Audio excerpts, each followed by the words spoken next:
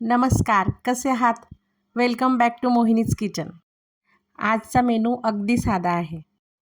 खरं तर जे बनवत होते ते सहज शूट केलं, म्हणून वाटलं ही रेसिपी तुमच्यासोबतही शेअर करावी.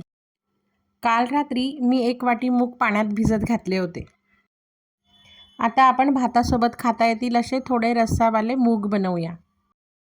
सगळ्यात आधी कुकरमध्ये 2 ते 3 पळ्या तेल टाकायचं. तेल गरम झालं की मोहरी आणि जिरे घाला. फोडणी तडतडली की त्यात ठेचलेलं अद्रक लसणाची पेस्ट आणि 3 ते 4 बारीक चिरलेल्या हिरव्या मिरच्या घालायच्या.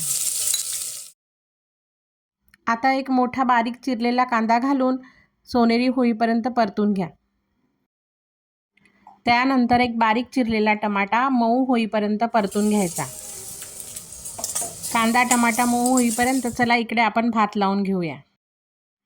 कांदा टमाटा चांगला परतला की हळद, लाल तिखट, धनेपूड, जिरेपूड आणि चिमूटभर हिंग घालून मसाले छान परतून घ्यायचे.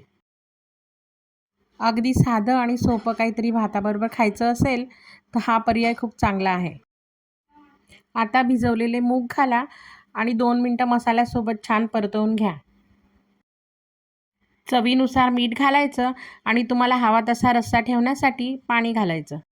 मी इथे साधारण 2 ग्लास पाणी घातलं आहे. आता कुकरला 2 ते 3 शिट्ट्या होऊ द्यायच्या. आणि हो, कोथिंबीर घालायला विसरू नका बरं. हे मूग नुसते लसूण आणि हिरव्या मिरचीत पण खूप छान लागतात. कांदे टमाटर वगैरे काही न टाकता नुसतं लसूण, हिरवी मिरची आणि कोथिंबीर टाकून बनवायचे. ती रेसिपी पण मी एकदा तुमच्यासोबत नक्की शेअर करेल. कुकर आता थंड झाला आहे. कुकर उघडल्यानंतर बघा आपला मुगाचा रस्सा तयार झाला आहे. अरे वा, भात पण तयार झाला आहे. आता आपण मुगाला फोडणी देऊया. एका पॅनमध्ये 2 ते 3 पळ्या तेल टाकायचं.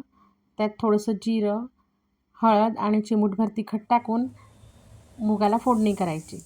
हे ऑप्शनल आहे. जर तुम्हाला आवडत असेल तर द्या, नाहीतर असेच खा. आम्ही एरवी असेच मूग खातो, पण आज तुम्हाला दाखवण्यासाठी मी ही फोडणी दिली आहे. रेसिपी आवडली असेल तर लाईक करा, कमेंट करा, सबस्क्राईब करायला विसरू नका.